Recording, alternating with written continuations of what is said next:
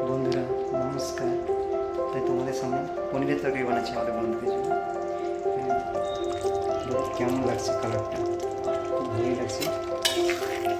সবাই তোমরা ভালো আছো? একটা ব্লগ বানাতে গেলে কত কষ্ট হয় সেটা কি কেউ জানে? সবাই ভাবে একটা বড় ভিডিও বানাতে গেলে বাস ক্যামেরা ধরো, ভিডিও বানিয়ে দেবো, হয়ে গেল। লাইভটা এরকম না, যে ভিডিও বানালো হয়ে গেল।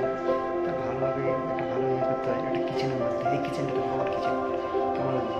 ওখানে চিংড়ি লাগানো আছে,